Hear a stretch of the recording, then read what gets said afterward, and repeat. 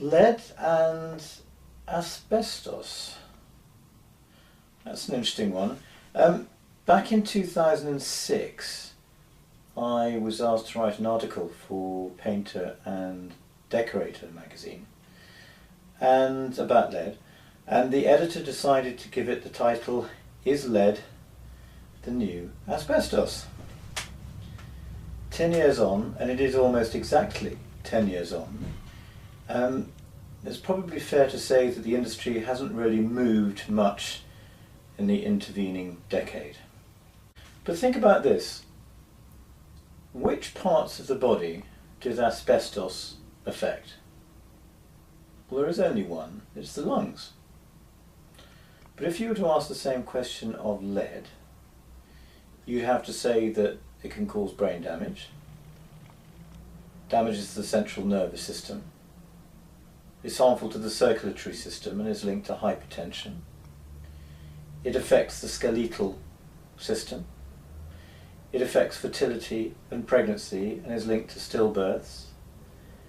It causes children to lose a degree of their hearing, and in young children in particular it causes behavioural problems and learning difficulties as well. In fact, there isn't actually a part of the body that you could reasonably say is not affected by lead. So in terms of the overall damage that can be done by either substance, you're probably now starting to think that actually lead does need to be taken more seriously. And the thing is this, asbestos is only an inhalation risk.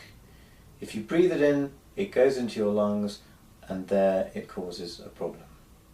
And that problem can take decades to become evident.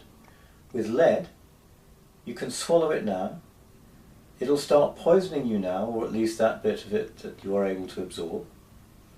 It can start affecting you now, have lifelong effects, and then affect you in other ways towards the end of your life for reasons we don't have time to go into in this video.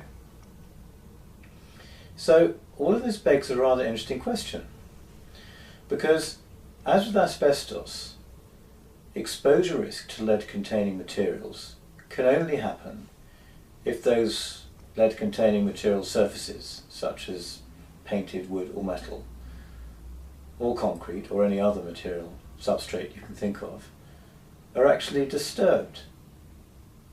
Because as soon as you have paint flakes or dust or fumes from hot works, you have both an inhalation and ingestion risk.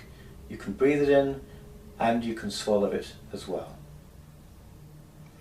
So if we look at asbestos related activities, if you are doing a refurbishment and demolition asbestos inspection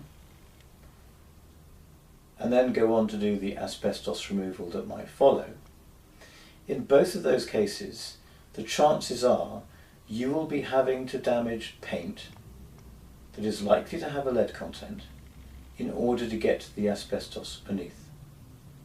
So we have this curious situation where the lead content of paint, which, as you've heard in another video, the HSE Health and Safety Executive says we should be assuming that all paint has a lead content. We have a situation where an industry who specialises in dealing with a material for which they are very well trained and very well equipped to deal with, are failing to address a not dissimilar exposure risk whose compliance is driven by a completely different set of regulations. So, strange as it may seem, then of course it's completely illogical on the face of it. The reality of the situation is a compliance-driven, licensed industry that deals with asbestos is pretty much non-compliant with the rules and regulations intended for its protection as much as anybody else's from lead exposure risk. So if you think you're managing your asbestos well, that may be. I can almost guarantee that you are not dealing with the lead exposure side of your responsibilities in any way, shape or form as well as you need to be.